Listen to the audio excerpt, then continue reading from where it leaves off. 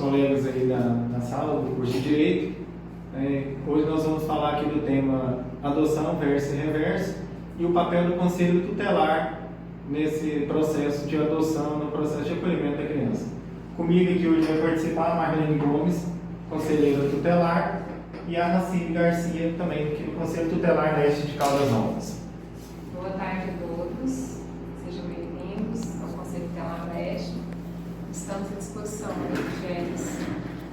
Então, Marlene, e boa tarde também, Racibe. Boa tarde. Como que funciona o acolhimento das crianças?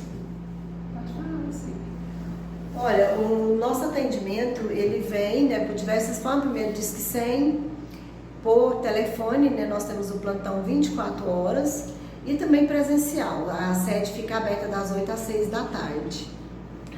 Marlene, a quem o Conselho obedece? Ele tem poder já constituído direto? Sim. Ou ele depende de algum órgão, a determinação para que ele faça acolhimento dessas crianças? Não, o Conselho Tutelar é um órgão autônomo e as decisões que nós tomamos em colegiado só pode ser revisto pela juíza se alguém provocar, né? Tipo, se o Conselho Tutelar retirar uma criança e fazer o acolhimento dessa criança e ninguém reclamar, a juíza vai acatar o que a gente fazer, né? O que o conselho, que o colegiado fizer, vai ser a ação. Então, nós não precisamos de, quando a gente chega em alguma casa para retirar uma criança, a pessoa, você precisa de ordem judicial e tal. O Conselho Tutelar não precisa de ordem judicial nem de autorização da juíza, pois nós somos um órgão autônomo e temos toda a autonomia para fazer a busca da criança quando ela está em situação de risco ou... O Conselho pegando a criança num período de risco, qual tempo ele tem para notificar o juiz e para onde essa criança vai? Quando retirada essa criança, normalmente nós levamos para o Lar Batista, né? Ela fica em acolhimento lá. Nós temos 48 horas para fazer uma busca ativa de um familiar. Se dentro de 48 horas nós não conseguimos encontrar um familiar, aí nós temos que fazer o ofício com um relatório e encaminhar para a juíza. E é isso que nós fazemos. Racibe, as crianças só são devolvidas ao seio familiar, diretamente com o avô ou com a avó? Qual o laço parentesco que é alcançado? A família extensiva, ela pode ser tia, ela pode ser avô, pode ser avó.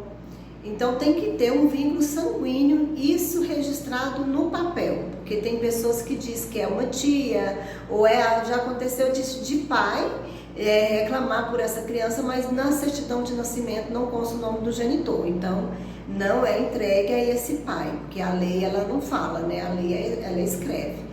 Então e não é só encontrar esse familiar, nós temos que fazer um estudo para saber se essa pessoa ela tem realmente condições e se ela quer essa criança, né? Porque às vezes você tira uma criança de uma situação de risco, você não pode colocá-la em outra situação de risco.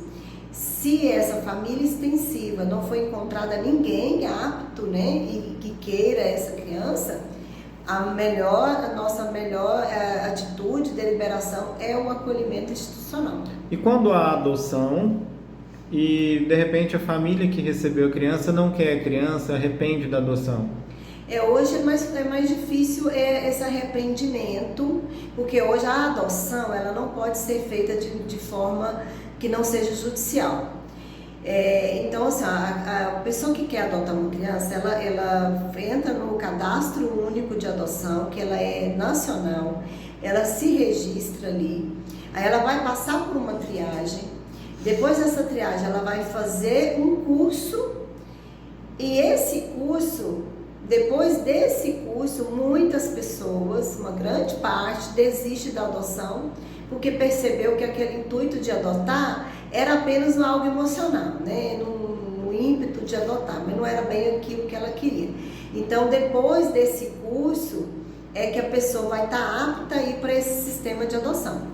Quando ela adota a criança, sai uma guarda provisória, uma guarda temporária, porque ainda tem um processo, ainda mais ou menos uns 2 anos, para finalizar essa adoção. Nesses 2 anos, alguma coisa pode acontecer e ser revertido. Marlene, no processo de adoção, quando o juiz determina que uma família fique com a criança, quais são as possíveis falhas que possa levar o juiz a pedir a retirada dessa criança daquela família, ou seja, a devolução dessa criança? Pode acontecer de alguma coisa irregular no processo, pode ser que essa criança não se adapte a essa família, pode ser que a família não se adapte a essa criança e pode acontecer de ter a devolução, né? Mas é muito difícil de acontecer. Então é isso aí. Gente, eu gostaria de agradecer as duas pela participação no nosso trabalho. Nós que né? agradecemos. Os alunos do quinto período noturno de Direito da Faculdade Integra agradecem a vocês pelos esclarecimentos. Pessoal, conosco agora o Dr. Plínio Borges, que vai falar para a gente sobre o tema adoção versus reverso. Dr. Plínio, que já atuou como conselheiro tutelar e atuou na área de adoção. Dr. Plínio. Olá, Thierry, um abraço a todos.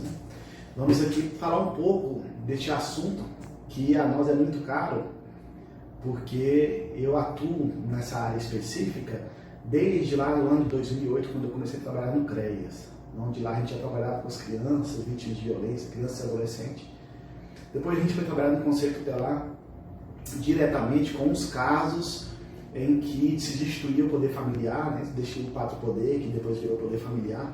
E a gente trabalhava diretamente no processo de adoção, que as regras mudaram, e hoje a gente vem advogando, em que pesa atuar pouco nessa área, mas é uma área que para nós é muito importante, muito cara, porque é uma área social que tem uma influência efetiva na vida das pessoas.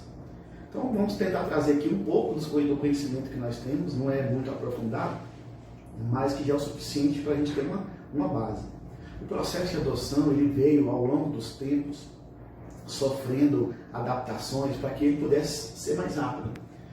Porque se existia uma burocracia muito grande para adoção e não tinha regras claras, não tinha uma dinâmica, e hoje tudo é mais rápido. Tanto o processo de destituição do poder familiar, quanto o processo de inscrição, quanto o processo de adoção. Então vamos começar pelo processo de inscrição. O casal, seja casal heterossexual, seja casal homoafetivo, seja pessoas sozinhas que queiram adotar, ela procura o fórum, preenche uma ficha de cadastro, onde ela preenche um perfil de como que ela quer uma criança, cor, idade e uma série de outras questões. E aí vai ser feito com ela um estudo psicossocial. Aí a gente já começa num avanço que existiu. Hoje os tribunais eles são compostos de uma equipe multidisciplinar. Então tem um assistente social, tem um psicólogo que vai fazer estudo com essas pessoas. Podendo acontecer também de ser nomeado um assistente social ou um psicólogo para fazer a avaliação para ver se a pessoa ou a família tem condições econômicas e sociais e socioafetivas de acolher qualquer criança que seja, criança ou adolescente. E isso, doutor, vem diretamente ligado hoje de ser pouquíssimo discutido, pouquíssimo defendido a reversão da adoção, ou seja, o casal querer devolver a criança, adotei, não quero mais. O senhor acredita que essa equipe hoje multidisciplinar acabou dando quase que um fim nesse processo de reversão de adoção? Então, a partir desse momento em que é mais fácil esse cadastro, e aí, só para dar uma pinceladinha, que o processo de destituição do poder familiar também ele é mais rápido, porque para adotar, a criança tem que estar, o poder familiar dela tem que estar destituído, ela não basta só estar no abrigo, ela tem que ter destituído o poder familiar, o pai ou a mãe faleceram e não tem outro familiar, porque é uma coisa que sempre é bom ficar claro para a pessoa que tem interesse em adotar, que em último caso, que é a adoção. A adoção ela é o último do último caso. Se não encontrar nenhum familiar, nenhuma pessoa próxima que tenha condição de cuidar. Então, passou por esse processo, não tem ninguém que quer, o pai e a mãe são usuários de droga, condenados, alguma questão dessa parecida, falecidos, a criança vai para adoção. E aí, esses critérios que são exigidos na inscrição é para evitar justamente a reversa, que é os pais simplesmente falarem que não querem mais ou que não têm condições. O que hoje, por lei, é proibido. A lei é taxativa, em que pese ter algumas flexibilizações por força de decisão judicial, mas a lei fala que uma vez adotado, acabou, não se reverte mais. O que acontece? Quais são as possibilidades dessa reversão? Acontece quando, segundo a decisão do STJ mais recente, quando é uma adoção unilateral, ou seja, só uma pessoa que está adotando, não é uma família, às vezes nem destituiu o poder de pai e mãe, destituiu só do pai ou só da mãe, e uma pessoa adota, e a gente sabe que as regras de adoção, e num outro momento oportuno a gente falaria sobre isso, hoje a pessoa pode ter 2 pais, 2 mães na certidão, sem nenhum problema. Mas quando uma das pessoas adota e a criança não cria afinidade com aquela família, então não tem afinidade nenhuma, não está sendo cuidada, às vezes foi colocado no abrigo de novo, aí é possível reverter. Por quê? Porque em que pese a norma jurídica de vedação da reversão da adoção, o interesse da criança e do adolescente, ele é sempre colocado em primeiro lugar. Então, no caso em que há uma adoção unilateral, que é só uma das pessoas, e que a destituição desse processo é mais benéfico para a criança. Olá pessoal, a nossa entrevista de hoje é com a psicóloga Luana Oliveira, que atua na área da criança e também vai falar em nome do Lar Batista, o orfanato que atende as crianças aqui em Caldas Novas. Doutora Luana? Tudo bem? Doutora, como é o caso de adoção? Bom, a adoção a gente trabalha como uma medida que ela é, em último caso, né? Como uma medida protetiva da criança, mas ela é a nossa última, considerada, né, a última opção ali dentre as que estão previstas no ECA. Então, antes da adoção em si, né, tem várias outras medidas protetivas que podem ser efetuadas, né, e efetivas ali. Mas quando chega nesse ponto, a gente trabalha para fortalecer primeiro o vínculo entre a família adotante e a criança que está indo para essa nova circunstância. E a gente atua bastante nessa questão de preparação das famílias, né, de inclusão na rotina. Doutora, as causas reversas, quando uma família não quer mais a criança, hoje caiu em desuso? Bem menos frequente, né? Por todo esse trabalho que a gente faz antes da efetivação do processo adotivo, né, da família substituta, que é o termo jurídico, a gente faz um trabalho com a família de preparação mesmo, né, de entendimento da criança, da história da criança e de aproximação. E também para que as famílias entendam que vai ter ali alguns trabalhos, né? Vai precisar de bastante paciência, de compreensão com essa criança. Então, por todo esse trabalho que é feito anteriormente com as famílias, esse caso de reversão é bem menos frequente, né? Muito difícil.